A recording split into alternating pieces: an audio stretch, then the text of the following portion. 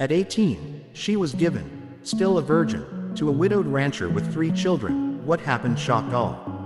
The sun sank low over the plains, casting a warm golden glow across the land. The wooden house creaked under the settling air of evening, and in its frame, a moment was sealed. A young girl of 18, trembling in her simple linen dress, sat by the window. Her father, weathered by years of toil, clasped the hand of a tall rancher whose face carried both grief and strength.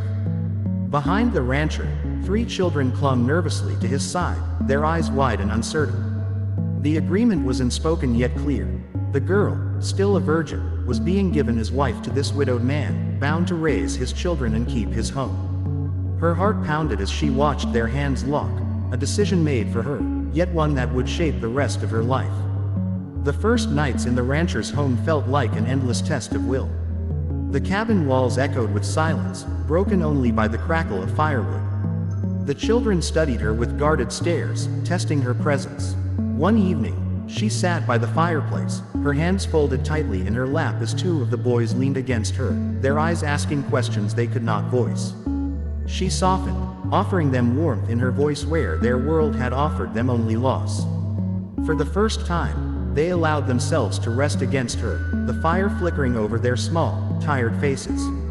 That moment stitched the first thread of trust between them. But trust was harder with the rancher. He was not cruel, but he was distant. His words were few, his eyes heavy with grief that still clung to him. She would watch him sometimes, his strong hands repairing fences or chopping wood, and though her chest ached with unspoken longing, she carried her burden quietly. Nights were the hardest, when she lay awake with the children's soft breathing around her innocence bruised not by his touch, but by his absence. She wrapped a blanket around herself and stared into the fire, the lines of worry etched deeper into her young brow. She was both wife and stranger in her own home. She took refuge in the rhythm of work.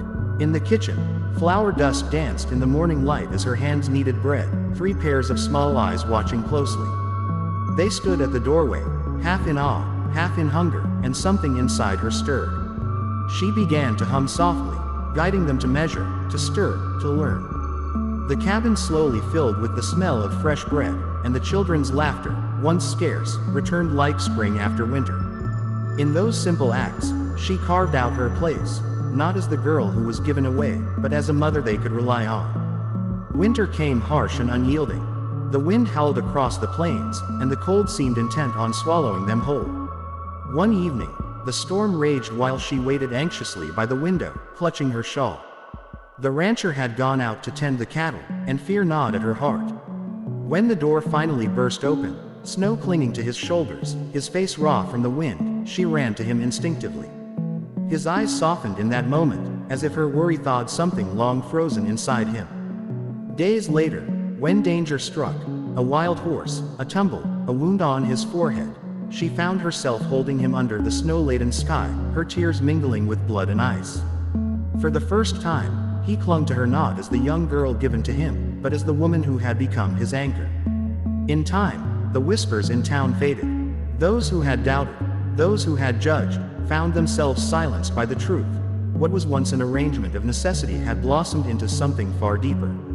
She was no longer the trembling virgin handed off at 18, she had become the heart of a home once broken. The children, once wary and distant, now sought her first for comfort, their small hands reaching for her when storms frightened them. And the rancher, once locked in grief, began to smile again, his gaze holding hers longer than words could carry. What shocked them all was not that she survived the life she had been forced into, but that she transformed it.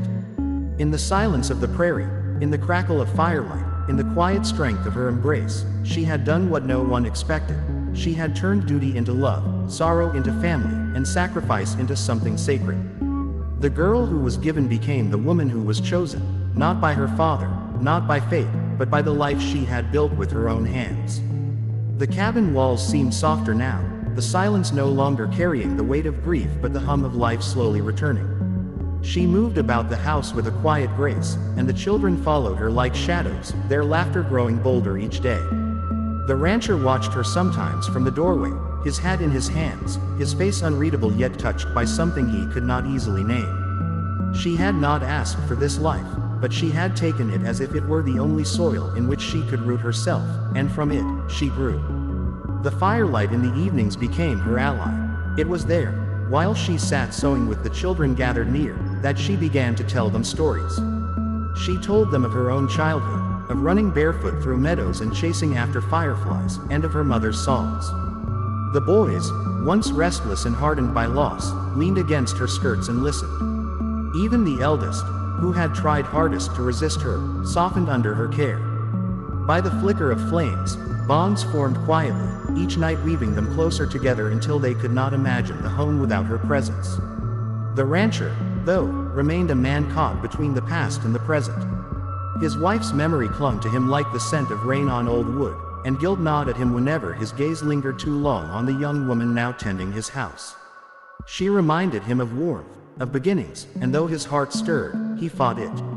He feared that loving her would betray the woman he had lost, and yet, night after night, he found himself listening to the sound of her voice, steady and calm, as she lulled the children to sleep.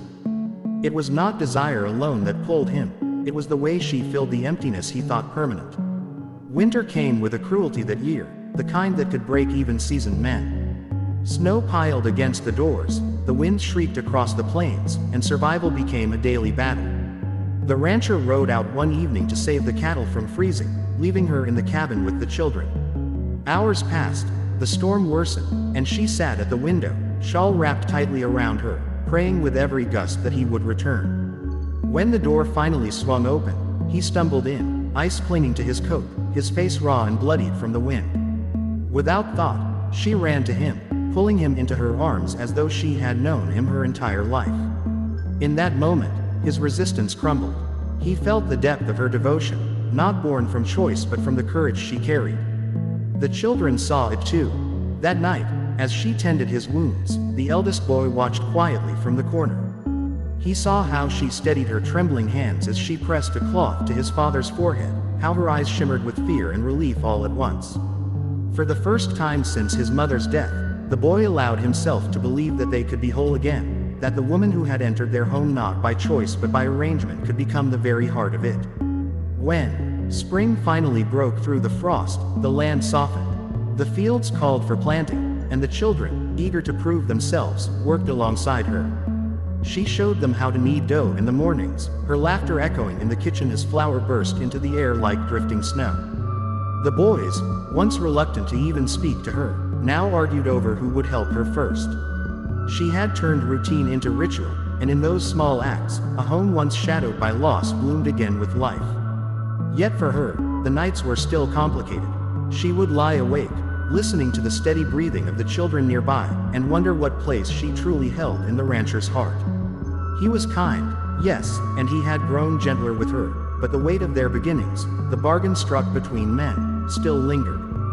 She longed not just to be needed, but to be chosen, to know that what they were building was not duty, but love. That answer came unexpectedly one day when the rancher fell from a horse. He returned bloody, his head gashed, his eyes dim with pain. She ran to him, her hands trembling as she pulled him close, her tears falling unchecked. Out there in the biting cold, with snow clinging to her lashes, she held him as though her very life depended on it. He felt her warmth, her fear, her strength, and for the first time, he reached for her, not as the woman who had been given to him, but as the one his heart had quietly begun to claim. The world beyond their ranch whispered. People talked of the young girl given too soon, of the widower who accepted her, of the children who now clung to her as their own. But as seasons passed, those whispers lost their edge.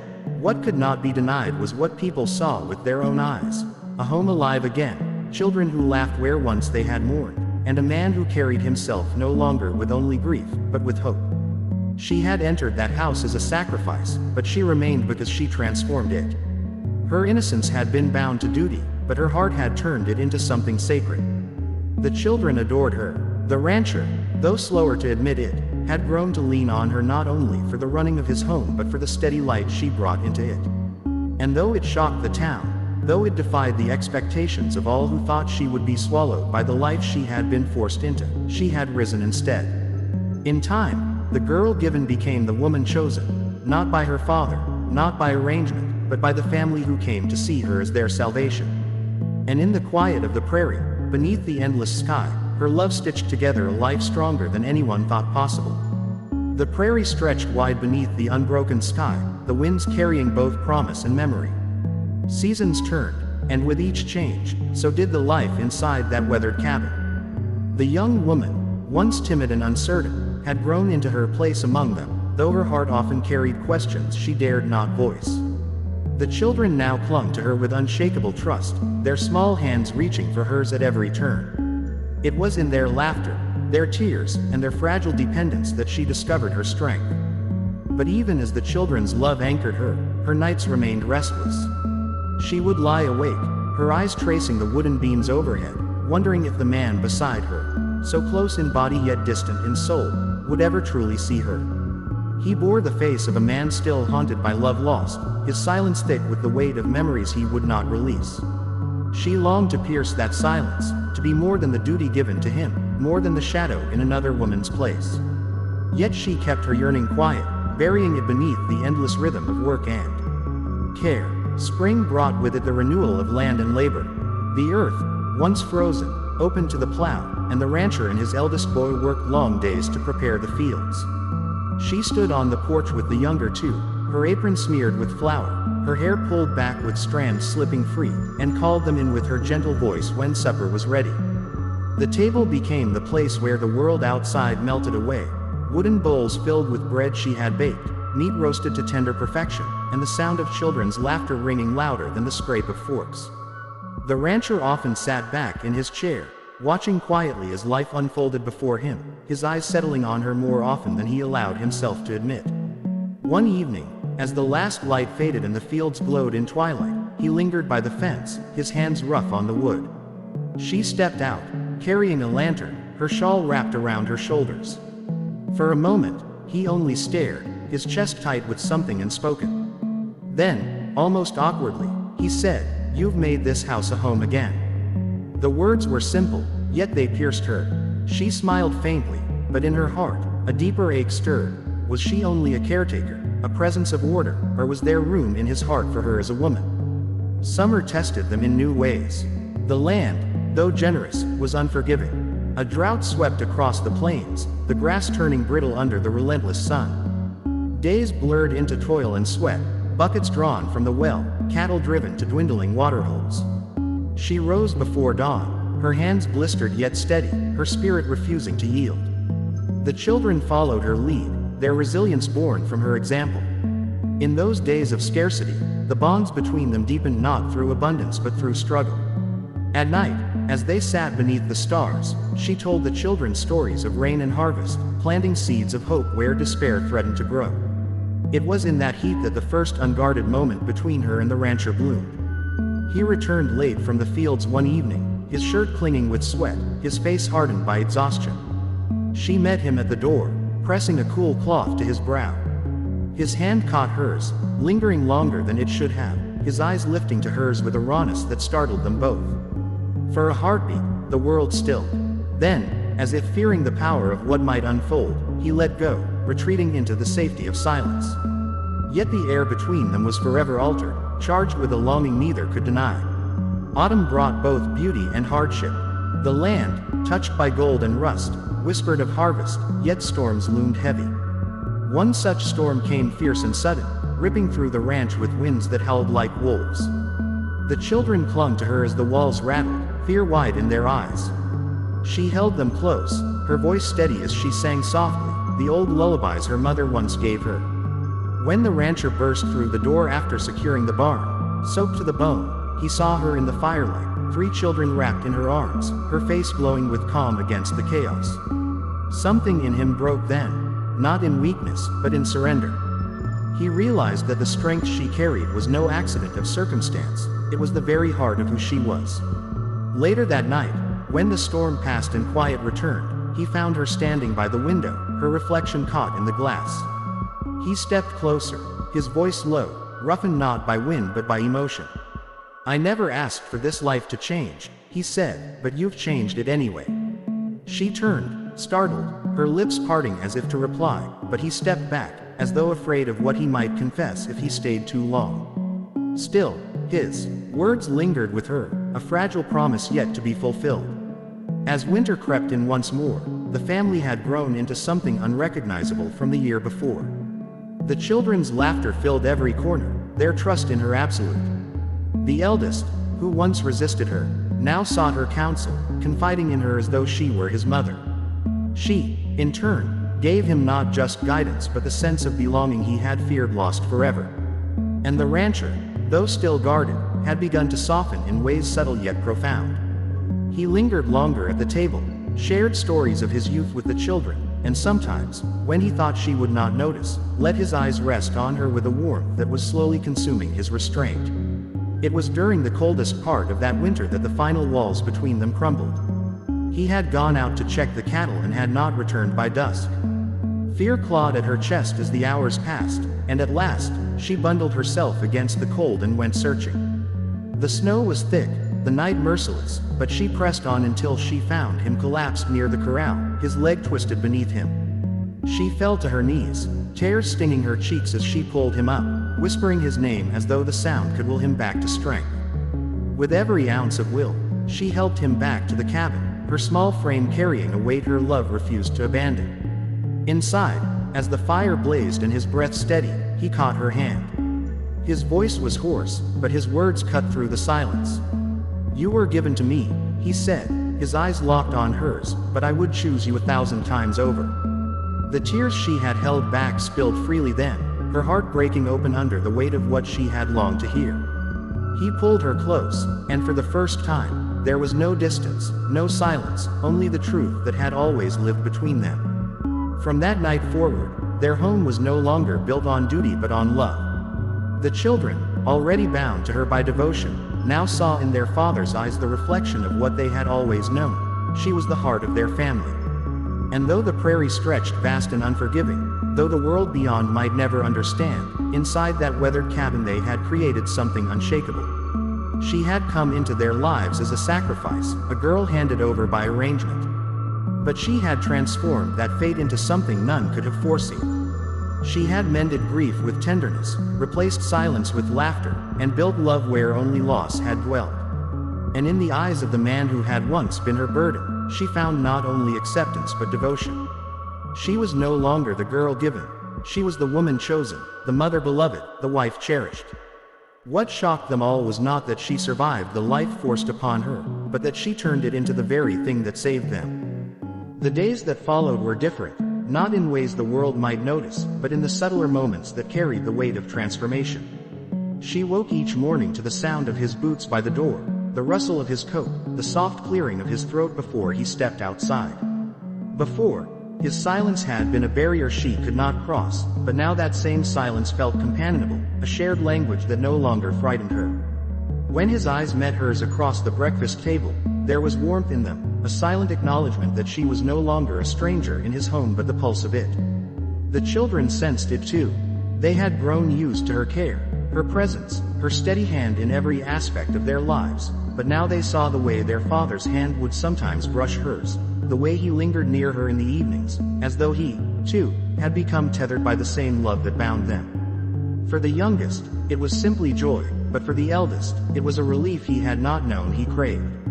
He had carried the fear that his father would never move beyond grief, that their family would forever live in the shadow of absence. Now, seeing their father's face soften in her presence, he felt that they could be whole again. The seasons turned once more, and with them came new challenges. The land, though fertile, demanded sacrifice. Calves were born in the dead of night, requiring sleepless vigils. Crops needed tending from dawn until dusk, and storms rolled across the prairie with little warning, tearing down what they had built. Yet through it all, she stood firm. She rose with the sun, her hair falling in loose strands as she carried water, milked cows, gathered eggs, and prepared food enough to fuel their labor. The children worked beside her, their small hands learning the rhythms of the land, and when exhaustion threatened to break them, she reminded them gently that hardship was the cost of harvest, that every sore muscle and every drop of sweat was the seed of their survival. One day, as she bent over the garden, pulling weeds from between the rows, she felt a shadow fall across her. Looking up, she found him standing there, his hat pulled low, his face shaded by the brim. "You've done more for this place than I ever thought possible," he said, his voice roughened by honesty. "More than I could have done alone." Her cheeks flushed, her hands stilling in the dirt. She wanted to tell him that she had only done what she must, that necessity had shaped her into what she had become. But the truth was deeper, rooted in love that had taken hold without her bidding. She looked up at him, her eyes shining with the quiet strength he had come to depend upon, and whispered, "We've done it together." He nodded once, as though sealing a promise neither of them needed to put into words. There were nights when exhaustion pulled them all into sleep too quickly, but sometimes the fire burned low and they lingered in its glow. It was in those nights that the rancher began to share fragments of his past. He spoke of his first wife, of the girl she had been, of the way her laughter had once filled this same house. At first, it made her heart tighten, for she feared she was nothing but a shadow of that memory. But as his voice softened and his eyes grew distant, she realized he was not comparing, he was confiding. He was opening wounds he had once kept sealed. And when he looked at her, truly looked at her, she saw not the ghost of another woman reflected in his gaze, but herself, whole, alive, chosen. The children grew swiftly, their childhood marked by both toil and freedom. They ran through the fields barefoot in summer, their hair catching sunlight as they chased one another with the wild abandon only youth knows. In the evenings, they sat around her skirts as she mended clothes or read from the tattered Bible that sat on the shelf. Her voice steadied them, her presence anchoring their days. The eldest, now nearing manhood, began to take on more responsibility at the ranch. One evening, he confided in her, his voice low and uncertain, about his fears of failing his father, of not being enough. She cupped his face in her hands, the boy who was becoming a man, and told him that worth was not measured by perfection but by perseverance. Tears stung his eyes, and he pulled her into an awkward embrace, whispering, "You're more my ma than anyone ever was." The words lodged deep in her chest, sweeter than any she had ever heard. Yet life on the prairie was never without trial. One autumn, sickness swept through the town, and though they lived far from its center, it did not spare them. The youngest fell ill first, her small body racked with fever. Panic seized the household, the children's laughter replaced by cries, the rancher's strength shaken as he watched helplessly. She sat by the child's bedside, sponging her forehead, whispering prayers through cracked lips. Days blurred into nights, and still she did not sleep, her hands refusing to leave the little girl's side.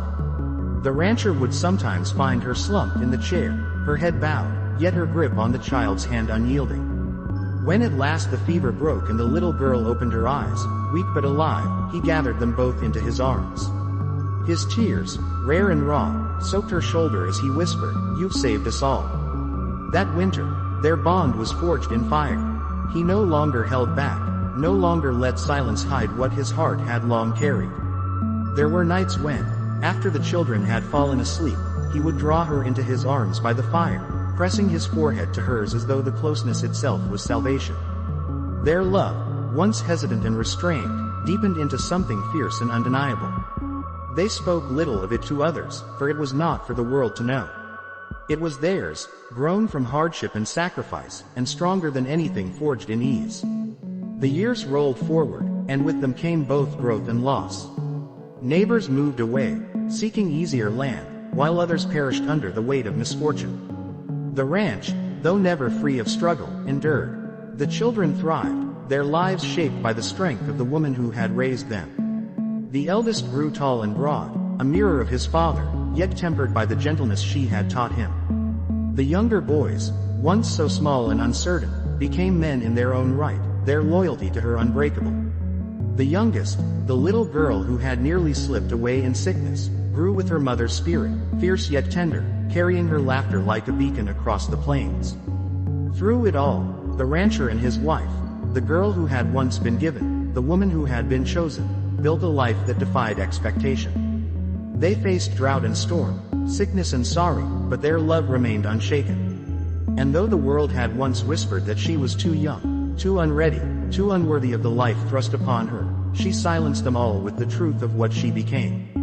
There were still moments when she stood at the window, staring out across the endless horizon, remembering the girl she had been. She thought of the day she had been handed into this life, her innocence trembling, her future decided by others. And then she thought of now. Of the man who held her as though she were the only reason he still stood. Of the children who called her mother with every ounce of their hearts. Of the home alive with warmth where once it had been shadowed with grief. She knew then that what had begun as sacrifice had blossomed into destiny. She was no longer bound by what she had been given into. She was bound by love she herself had built. The prairie stretched wide and unyielding, yet within its vastness, she had carved out a life of immeasurable worth. And though the winds still howled and storms still came, nothing could shake the foundation she had laid. For she had not only been given, she had risen. And in rising, she had transformed them all. The years slipped by as if carried on the wind, yet each left its mark, shaping them in ways both subtle and profound. The children, once so small and fragile, had grown into their strength. The eldest, now nearly a man, worked alongside his father in the fields with a determination that spoke not just of duty but of pride. His shoulders had broadened, his hands hardened by labor, yet his eyes still carried the warmth he had inherited from her. She often watched him quietly, remembering the boy who once glared at her with suspicion and grief, and now came to her for advice, his voice steady with trust. The younger boys, full of energy and restless dreams, had begun to carve their own paths on the ranch. One took to the cattle with a natural ease, his bond with the animals uncanny, while the other found himself drawn to the land, his hands always busy with soil, with planting, with nurturing. She marveled at their differences, their strengths, their growth, and though they were no longer the small boys clinging to her skirts, they still sought her comfort in moments of doubt. The youngest, the little girl who had nearly been lost to fever, had blossomed into a wild spirit, her laughter bright as the morning sun. She trailed after her brothers, her skirts catching on brush, her hair flying loose, unafraid of dirt or toil. She would sit at her mother's side by the fire, asking endless questions about life, about love, about what it meant to be strong. In her, the woman saw a reflection of herself, not the timid girl who had once been given away, but the woman she had become, fierce and unyielding. The rancher, too, had changed. The grief that once clung to him like a shadow had eased, replaced by a steadiness born of love and acceptance. His eyes, once clouded with loss, now softened whenever they rested on her. He no longer feared speaking her name in tenderness, no longer feared that loving her would diminish the memory of the woman he had lost. He had come to see that love was not a betrayal but a rebirth, and he carried it with him as naturally as breath. Together, they faced the trials that came with time. Droughts returned, storms battered, sickness brushed close, but none of it broke them. They had weathered too much to falter. Each hardship only deepened their bond, each struggle a reminder that survival was not just about endurance but about love, the kind that held fast when the world seemed determined to tear it apart. The whispers in town had long since quieted. Where once people had judged, now they admired, though few would admit it openly.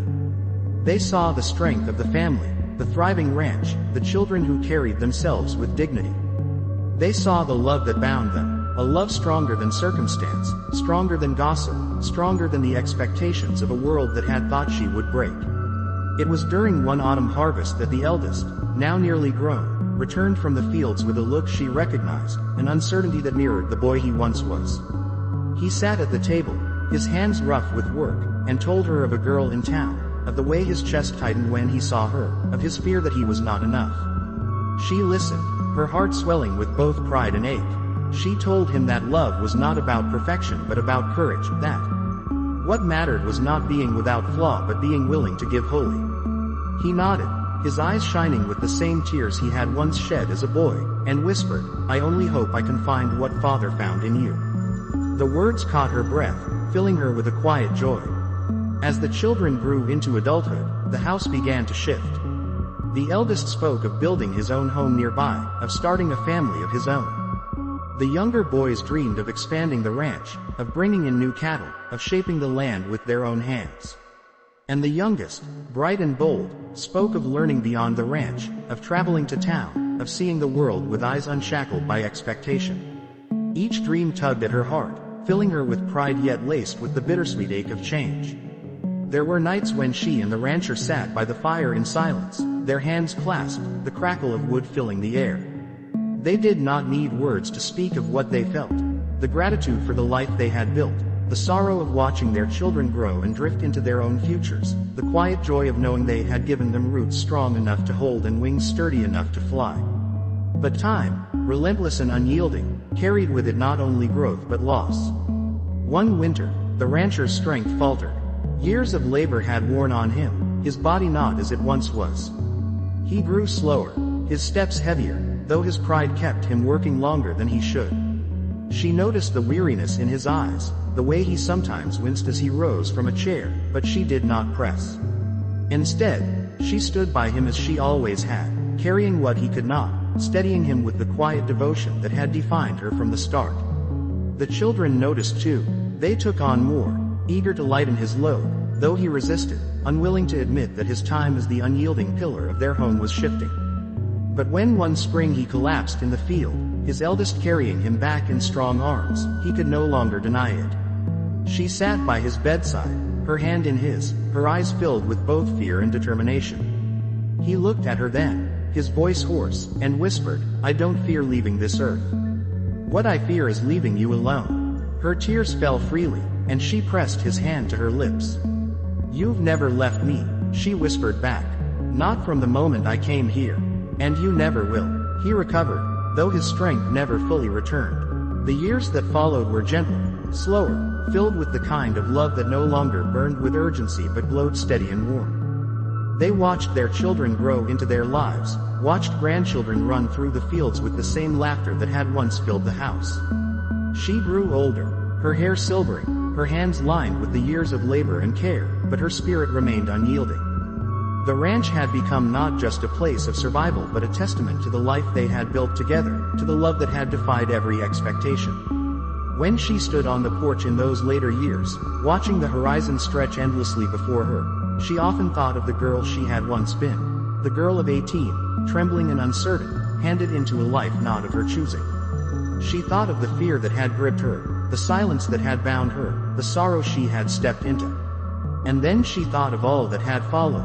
The children who had become her own, the man who had become her heart, the love that had grown from duty into something sacred. She realized then that fate had not defined her, she had defined it. She had taken what was given and turned it into something beautiful, something lasting. And as the wind swept across the plains, carrying with it the echoes of laughter and the whispers of love, she knew she had not only survived, she had triumphed. The years rolled forward like a slow, steady river, each season marking its passage with quiet changes that seemed small at first but revealed themselves. And the eldest had married the girl from town whose name he once whispered so nervously. Their wedding had been held beneath the wide open sky, the fields golden with harvest, and she had stood with tears in her eyes as she watched him take his vows, her heart aching with pride. He looked so much like his father on that day, tall and sure, though his smile belonged entirely to her. The younger boys had stayed close, unwilling to drift too far from the land that had raised them. One expanded the herd, his hands deft and certain with the cattle, while the other worked the soil with a passion that could not be tamed, coaxing life from the earth as if it were an extension of his own being. Together, they transformed the ranch into something greater than their father had ever dreamed. They carried his lessons with them, but it was her patience, her quiet strength, that shaped the way they led. People in town began to speak of the family with admiration, and though they never forgot the whispers of old, those whispers no longer mattered. The youngest, the daughter who had once clung to her skirts with wide eyes, had become a woman full of fire and grace. She left for a time, seeking the world beyond the ranch, but always returned, drawn back to the place that had raised her. She spoke of towns bustling with noise, of books filled with knowledge, of women daring to speak their minds in ways that once would have been silenced. She brought back ideas, dreams, and hope, her presence a bridge between the old world and the new. The rancher grew older, his steps slower, his hair white as the winter snow. The years of labor had taken their toll, but his spirit remained steady. He no longer worked the fields as he once had, but he sat on the porch with pride in his eyes, watching his sons carry on the labor he had taught them, his daughter's laughter ringing in the air. Beside him, she sat as she always had, their hands often intertwined in silence, speaking in the language of touch that had carried them through so much. One summer evening, as the sun bled red and gold across the horizon, the rancher leaned against her shoulder, his breath warm against her ear. "Do you ever think," he whispered, "of how it all began?" She smiled softly, her eyes fixed on the horizon. "Every day," she said. "And every day I thank God for it." He kissed her hand, his lips lingering as if memorizing the feel of her skin. There was no regret in his eyes, only gratitude. But time, unrelenting, does not bend to gratitude. When the rancher finally passed, it was not with fear but with peace. He left this world in his sleep, his hand still clasped in hers. She wept, her grief as raw as it had been in those first days when she was just a girl given into a life she did not choose. But this time the grief was different. It was not born of loss alone, but of a love so vast it had filled decades, a love that could never truly die. The ranch fell silent in the weeks after, the children moving through the days with heavy hearts. Yet she stood steady for them, as she always had.